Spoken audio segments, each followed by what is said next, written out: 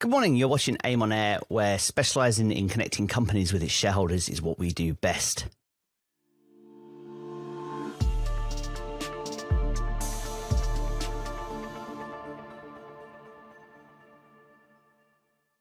Hello and welcome back to AIM on Air. My name's Liam and today I'm pleased to be hosting Sean Day from Greatland. Welcome to the show, Sean. Hi, Liam, and thanks again for having me on the show. It is always a pleasure to have you here. Thank you very much for coming. Greatland is a leading development and exploration company focused on precious and base metals. They are developing a world-class Havieron gold copper deposit in the Paterson region of Western Australia while delivering multi-project exploration upside in a low-risk jurisdiction. Today's show is a little different from our regularly quarterly catch-ups. We've got a pile of questions from shareholders that we're going to get through as best we can. But first, we've had two news items released to market today that have caused a hasty rewrite of my script. Fortunately, being a shareholder-driven Q&A, I've had the community help me write it, including our icebreaker, Sean. So the icebreaker today, Tony has said, one thing that I often wonder when he pops up in London is how did he get here?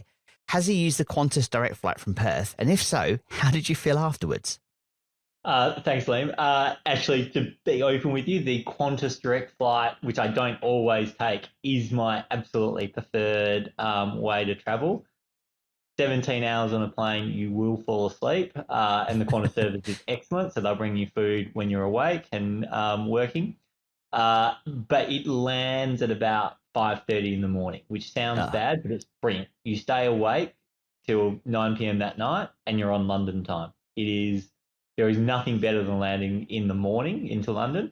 However, the trip back, I'm normally struggle with a lot more. So I'm normally in okay form in London and struggle a bit when I get home. We woke this morning to news that Greatland announced the company had entered into a farm-in and joint venture arrangement with the global mining group Rio Tinto to accelerate exploration across 1,884 kilometres of highly prospective tenure within the Paterson province of Western Australia, located near their company's world-class Havieron gold copper project. Now, Sean, we've so many questions we could ask here, but before we do, could you tell us about the deal that you and the team have made with Rio Tinto, please? Yeah, thanks, Liam. Look, we're really delighted with this transaction. It's an earning into new property that we didn't previously have an interest in, so it really expands our footprint across the Paterson. It's a big portfolio, and you know, quantity does have a quality of its own, but perhaps most importantly, we feel it's the best untested ground in the Paterson. There's some of these anomalies that sit there we just think are outstanding. There's some Havieron-like opportunities there, which we think look more like Havieron than Havieron does. And also there's some other areas where, you know, rock chips have identified gold and copper for more of a Telfer style deposit. And again, they haven't been drill tested. So look, the team's really excited here. The exploration team are kind of just bursting to get out on the ground, and we think we'll actually be able to get out on the ground this calendar year. And again, Rio Tinto has done a brilliant job. They've done a huge amount of geophysics and lithochemistry work. They've identified fantastic targets. They've done that so well. They've got a number of them heritage cleared. So some of the top targets, including some top 10 targets for us, we believe we can get a rig on the ground in 2023. So it's a short fuse to get underway here, which is also exciting. That's wonderful. Thank you. How much will this exploration cost Greatland? Yeah, look, it's a meaningful commitment, but I take people back to our strategy. That 3 pillars of strategy. We want to deliver an expanded Havieron. We want to continue to invest in the drill bit and look at inorganic opportunities for growth. And this is this inorganic opportunity for growth. We've expanded our footprint, and it dovetails perfectly into that second item of investing in the drill bit and increasing the option value in our stock for exploration success. So we need to spend at least 1.1 million up to December 2024 to a minimum of 2,000 metres of drilling. But within the first 4 years to earn 51%, it's a 7.1 million commitment to achieve no less than 7,500 metres. So, and then we move into the phase 2, where we spend another 14 million over 3 years to take us up to a 75% interest, and that needs at least 17,000 metres.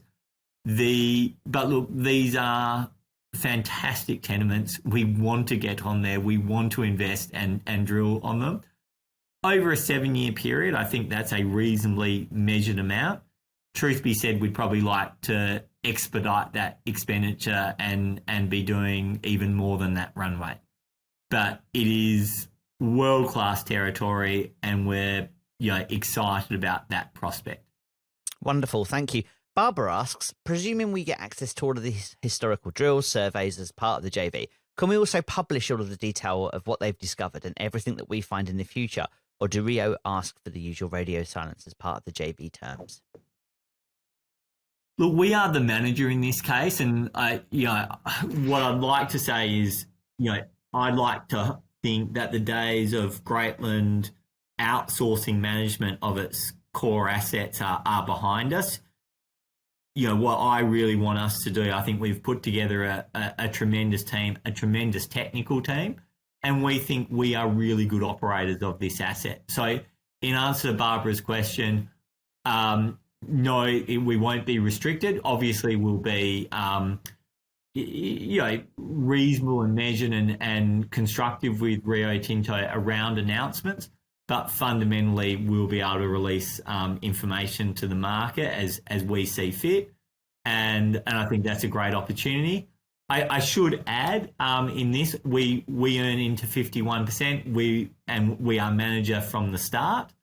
Once we achieve 51%, Rio Tinto can decide to co-invest with us and retain their 49%. We will still stay manager, but I think for us to have a discovery that's big enough for Rio Tinto to decide they want to stay in and co-fund, I think we've had outstanding success already. So there's plenty of room to partner on a fantastic project with Rio Tinto, but we will be manager of that project. And that's exciting. And again, I think it reflects well on us that we were able to undertake this transaction with Rio Tinto. But I think it also reflects well that Rio Tinto decided to choose us as their partner, which I think shows the evolution in our platform. So I was looking at the RNS that you published this morning, and we know that there's a northwest southeast trend line from Havieron or from Rudel all the way out through to Winu. Is this part of your thinking as to why you've been looking at this land?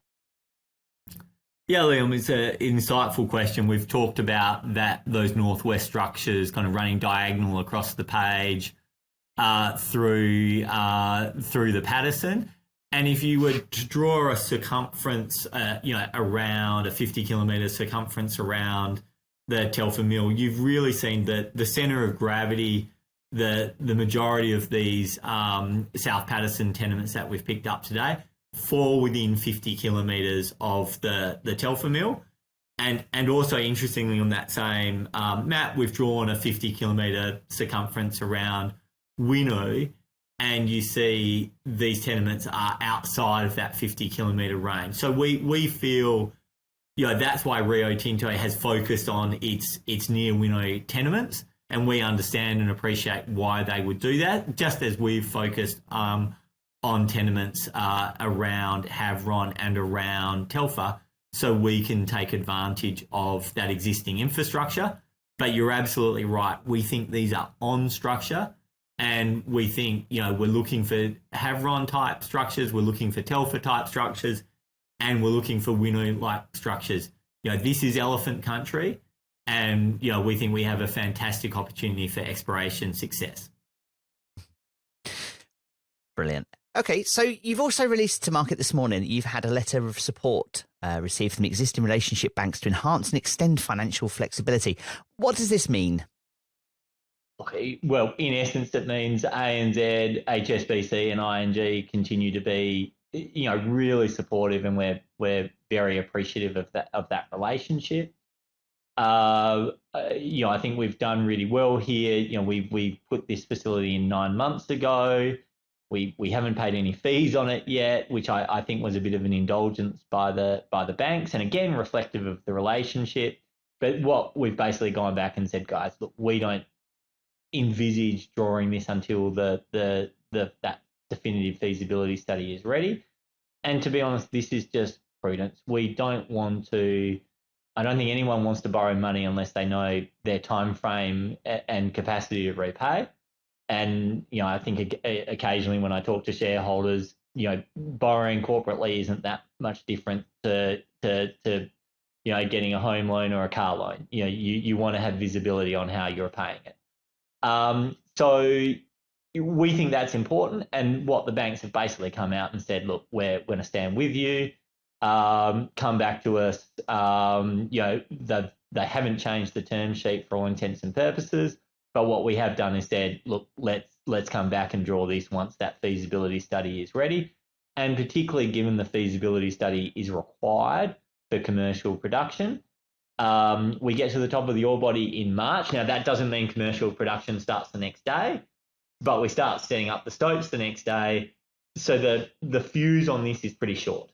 I think we continue to think that it's not going to come out until after the Newcrest Newmont transaction is resolved either way.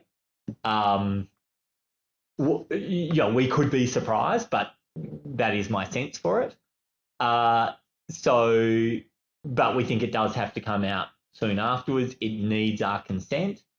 The way the joint venture is designed, it has to have a definitive feasibility study, and we would not waive that requirement, under any foreseeable, circumstances. So we think there's a pretty direct line, and we have the financial flexibility to wait. So we think it's a sensible way to go.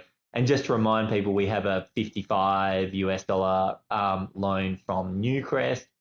If we were to touch this other facility, we have to repay that one. So you can't nibble, if that's a banking phrase, at this facility. If you draw it, you have to draw, say 80 million to repay the Newcrest facility plus whatever you are looking at.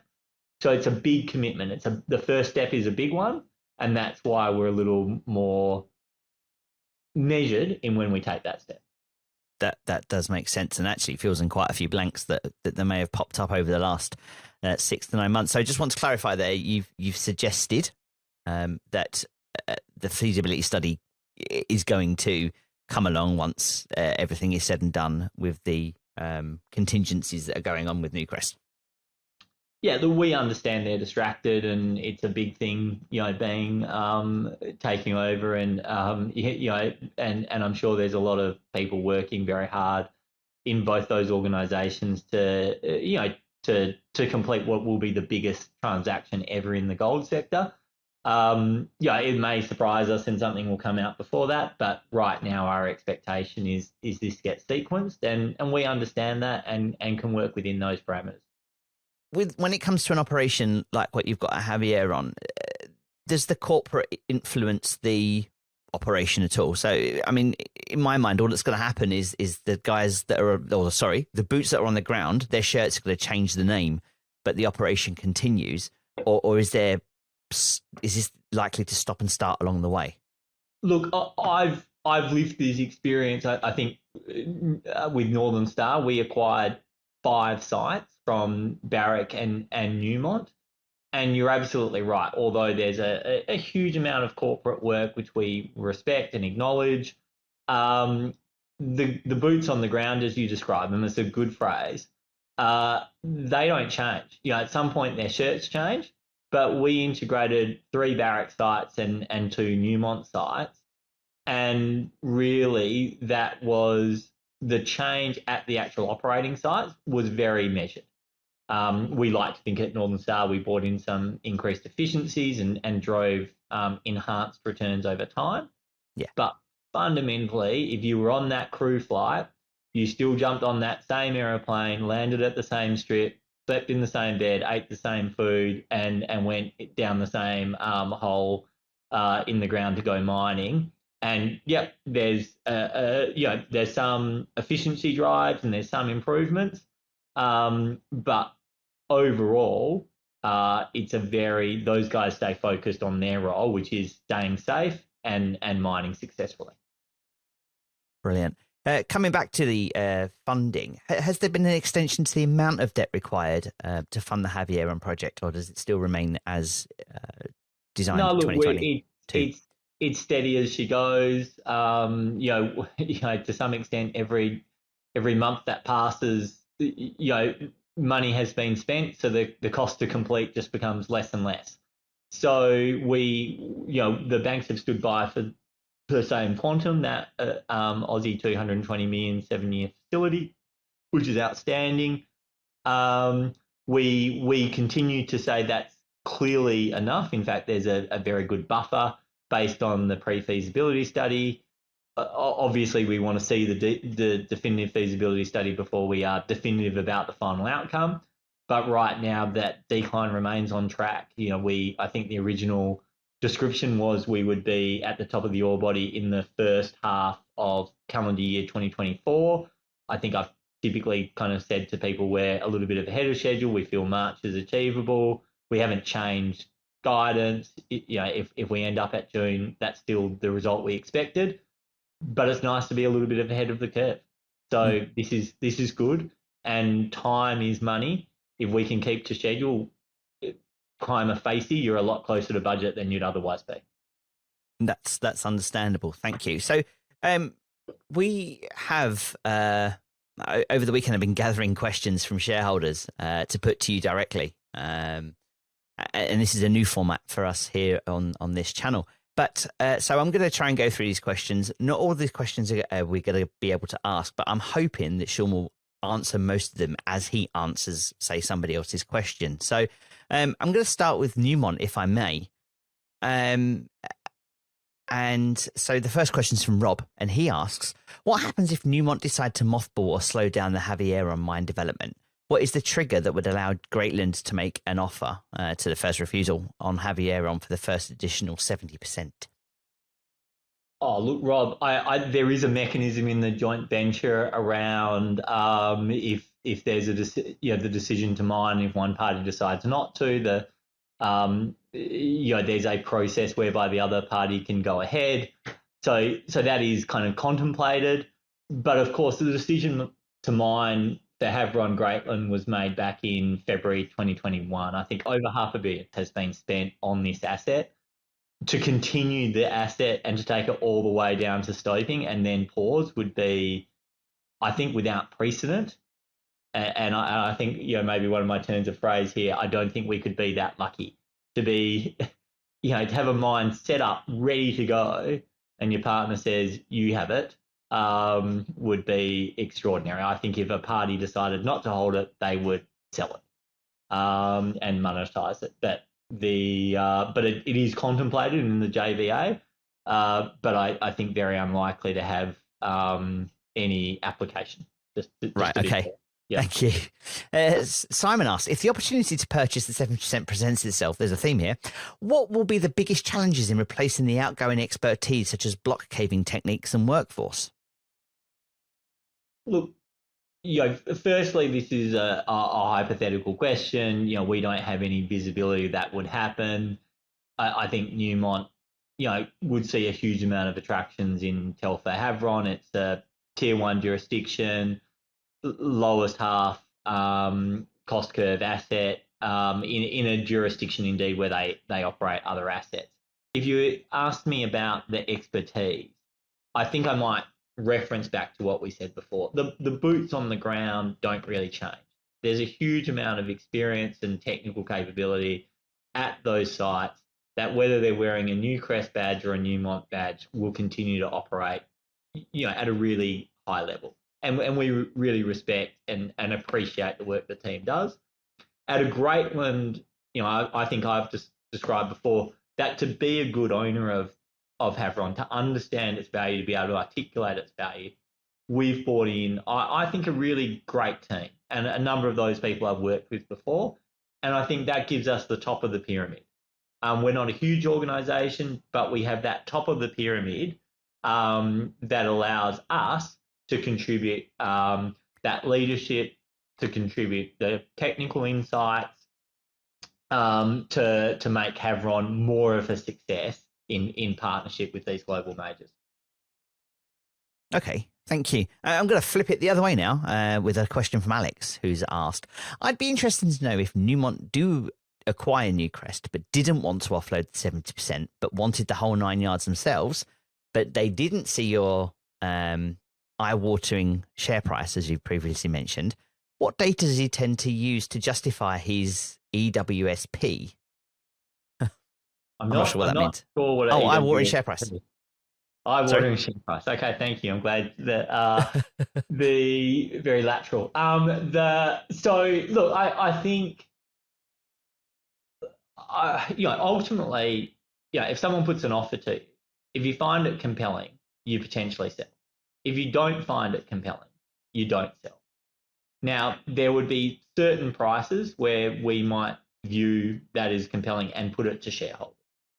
There would be a whole range of values where we would say, well, that doesn't even warrant, going to shareholders. It's not our plan to sell. But if someone was to pay us full value for it, I think we would have to seriously consider it. But ultimately, it would be a decision of shareholders. And I think what people should take some comfort with is having a strategic holder on our share registry as Wyloo, who are a formidable organisation, who are incredibly supportive, and we're grateful for their support. I think they provide a certain level of comfort that we would not easily be taken over for an opportunistic value, that someone they would be able to help us extract fair, if not full value for the asset. So for instance, and I'm kind of off script, my own script now, the current MCAP is absolutely no reflection to the work that you've been doing for the last 2 to 3 years that's not yet been disclosed to market with everything that's been going on. Look, I can't comment on share price other than to say, we like to think we've been really successful in the last 2 years in terms of setting the conditions for long-term success. Perfect. That makes sense. Thank you. Dip says, the Newmont deal has thrown up opportunities and risks plenty. Could you highlight the key opportunities and risks that you can see ahead and your strategy? Whew. Look, we view Newcrest really positively. We view Newmont very positively. I think, it's a credit to the quality of the Havieron asset that this calibre of counterparties are joint venture partners, or will evolve to be our joint venture partners. So I think with any change, there's risk. I think we've talked about operationally, there's going to be a huge amount of continuity. I think we have continuity in the Greatland team that I think also helps mitigate that risk. But we're also really excited about what Newmont can add. I've worked with them before. They're a super impressive organisation. I actually see by far the opportunity outweighs the risk in terms of a transition to Newmont. We will go from a 20 billion global major in Newcrest to a 60 billion global major. I think we should be excited about that. Very much so. And the last one on this particular subject, Stephen's asked about the elephant in the room. He wants to know if you've already started conversations with either NCM or Newmont around getting your hands on more than what you already own, and then wants you to elaborate if you're able to. Look, I don't think I could comment on that. But what I will say is, look, I think I would imagine Newmont would be really focused on completing their $20 billion transaction before they start thinking about how they will deal with individual assets, or how they think about them in their portfolio. I'm happy to say I know the Newmont guys. I have a good relationship with them. I've dealt with them before, but I'd also respect that relationship and give them the time and space to focus on what is, even by Newmont standards, a pretty transformational transaction. And I think, I think part of having a good relationship is respecting people. No, that's grand. Thank you. So we're going to move on to the ASX next. Now, it should be noted that obviously we do anticipate documentation coming our way, which will probably answer most of these questions already. So I just wanted to caveat that before we go into this. Peter's first question is why is it so important to rush to the ASX, which will probably involve consolidation when we've been doing quite well on AIM? Yeah, look, thanks, Liam and Peter, for the question. Look, I think it's all, I think I've referenced about setting the platform and the ground conditions for long-term success. As I see, London's been hugely advantageous to us. I like to think we'll continue to be so. We are not transitioning away from London. What we are trying to do is pull in Australian shareholders as well. Australia is the fourth largest pool of capital on the planet. It probably has an oversized proportion of that dedicated to resources. And then you have an Australian asset with I like to think, a reasonably well-known and trusted Australian board and management team.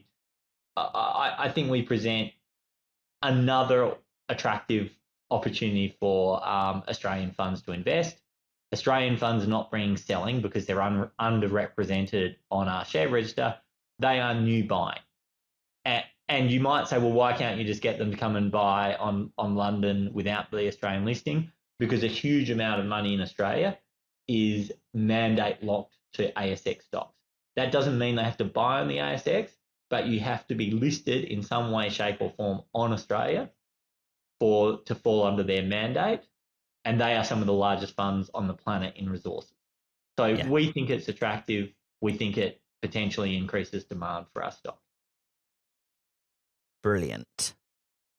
Rob says, do you believe there will have to be a share price consolidation prior to ASX entry, or do you see the share price catalyst over the next period pre-ASX help you to reach the required value? Look, it's a good question by Rob. I think it implies his understanding that you have to have a 20-cent minimum price on the ASX.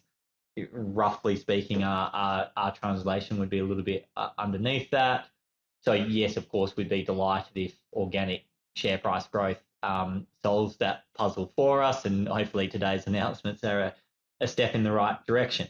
But look, I think I've said before, we'd talk to the ASX about a waiver from that. We'd also look at a consolidation, and we'd also think about 5 billion shares on issue. And remember, I think 4.3 billion of them were on issue before I joined. Is really unusual in the Australian context, and I'm pretty sure it's unusual in the London context. So it is something we think about whether we would take the opportunity to fix it. If we didn't have to do a consolidation because we had an ASX waiver, perhaps we wouldn't. If we did, then we'd have to address it. So it's something that we could go either way on, but we think in terms of getting traction with funds, I do think a smaller number of shares on issue would actually be seen positively. It makes sense. At least it makes sense to me. Nick asks, and this is something that actually happens quite a lot with the translation between Australia and the UK. Nick asks, could you please provide an actual approximate date for the listing? Stating the September quarter does not comply with the UK calendar. We will quite often get confused when yourself or Newcrest state something like September quarter. Could you just elaborate what that implies? So I tend to use September quarter as opposed to Q3 or Q1 because everyone knows what September means. So it's July, August, September quarter. And again, my understanding is, sorry, Nick is saying the September quarter is your summer holidays in London, whilst our summer holidays in Australia are rolled into Christmas. So our big break is December, January, whilst my understanding is London is kind of centered around August. Look, we believe the listing probably comes through in September quarter. It's not incompatible with the London LSE mechanisms. but yes, obviously more people will be on holidays at that time. But to some extent, it's a pretty seamless process in any case up in London. Okay. Mike, thank you for your question. I'm not going to ask it, though. That was in relation to a 2-cent waiver, which I think you've covered a moment ago. He also asked, though, in response to the media article, is there anything further you can add regarding the RNS on the 16th of May, which has resulted in decline of the share price from 9p to 7p? I think we'll touch on this later as well. Yeah, look, we made a public RNS on that press speculation. It was disappointing to see press speculation. It's been a feature of our presentation since I think about October 2022 that we were contemplating an ASX listing, so an article in Australia spilling the beans, so to speak, that we were going to list on the ASX wasn't really news. It was just repackaged, and they went on with further speculation. But so be it. We responded to that, with advice from the Nomad, and that was unfortunate, but it is what it is, and we can't control the media. Andy, Martin, and Stephen have all kind of asked the same question here, and it's regarding the article that came out with these inaccuracies that you've just touched on. In previous discussions, you've indicated you may wish to raise a concurrent with the ASX listing, but it'd be for a creative reason only. Is this still the case? And if so, should that statement have not been included in the RNS? Well, we didn't confirm. For whatever reason, we repeated the language in the media statement, and obviously, we have legal input into RNS announcements. So I think we did what we understood was best practice, and we'll continue to do what we think is best practice, and that's our primary mission is to have good governance and set a good standard. I think overall, we felt it was speculation, and it should be viewed as that. In terms of our own views, I think I've talked about a compliance listing. I've talked about if circumstances change, we would perhaps look at a modest raise. We'll continue to assess that. We've talked previously about a compliance listing. We've talked about contemplating a small equity raise. Those continue to be options for us, but we understand that we want to minimise dilution to the extent possible, but also make sure we're successful at delivering Havieron. That makes sense. And so the takeaway there from listening to your answer is, at the moment, Greatland have not yet formalised any decision on what is going to happen in those next steps. Yeah, I think that's a fair representation. We continue to look at different options to solve the same puzzle. Sean, I'm aware of the time, and unfortunately our time is coming to a close now. But I'm aware that we have more questions to talk about, so it'd be great if we could do a part 2 in the future. Have you got any last words for your shareholders for this part 1? Just to thank people for the support. It's a journey. We think we're making really positive steps on that journey. And we like to think this Rio Tinto exploration transaction is the first of many that we can achieve for the platform. And I'd be delighted. You did send me through a great list of questions, so be very happy to kind of convene for a part 2, so we can try to cover off as many people as we can, because I appreciate their interest. I appreciate your time, Liam, and would like to do them all justice. That's brilliant. Thank you. Sean Day, Managing Director of Greatland, thank you so much for your time. Thanks, Liam. I appreciate the chat with you and the AIM on Air platform. Sadly, this is the end of the webcast, ladies and gents. If you want to reach out to us, you can contact us on Twitter on the address that's on the screen right now. And before you close this page, I'd be grateful for any thumbs ups. Until next time, my name's Liam, and you've been watching AIM on Air, where specialising in connecting companies with its shareholders is what we do best. Thank you.